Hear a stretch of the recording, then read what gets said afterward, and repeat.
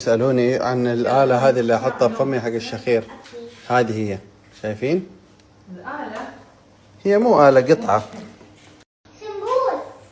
شايفين؟ صراحة هذه هي أريح شيء في الحياة. في ناس يحسبوها تتركب في الفم على طول، بس هي مو كذا. أوريكم طريقتها كيف. أول شيء تسوون إنكم تجيبوا موية مغلية. أول شيء جيبوها لزواجكم اللي شغلوا أحسن. شايفين كيف؟ تعبوا كاسة زي كذا.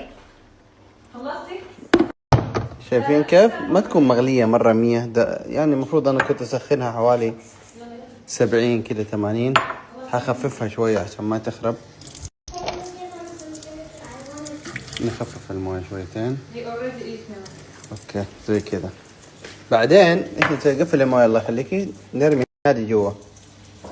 اوكي، ونستنى كذا ابو دقيقه. حقول لكم ليش.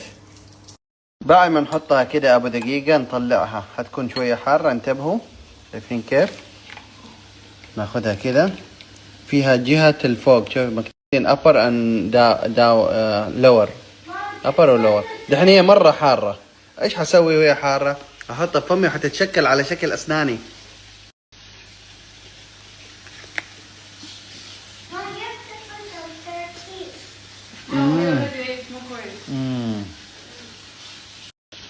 اوف حلو.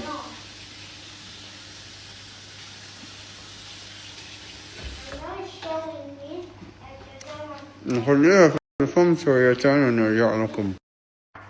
اوكي، هذه شكلها بعد ما حطيتها في فمي. شايفين؟ شكلت على شكل اسناني. رجعت حطيتها مرة ثانية في موية مرة حارة، لأن أول مرة حسيتها ما زبطت. بس هذه هي النتيجة. خلاص قبل ما أنام أحطها كده ونام. شايفين؟ وعشان نتأكد من هذا الموضوع نسأل أهم شخص ينزعج من الشخير. موي ما عليك دحين. همسحها ما عليك. ما عليك. اسمعي دحين. لا هذه هتسبب اثار. ما دحين حسويها. اسمعي. ايش رايك لما البس هذا اشخر ولا ما اشخر؟ لما البسها. لا بس لما ما البسها. اوه ماي جاد، سيمفونيه. اول ما ينشرع على طول ينام. انا انام بسرعه لا. وهذه ما شاء الله عليها تقعد تراقبني، يعني ما شاء الله تستناني. كيف اراقبك؟ يعني تقعد تستنين لما تنامي بسرعه انت كمان. طيب هي قدرات، يعني انا ما اقدر انام بسرعه.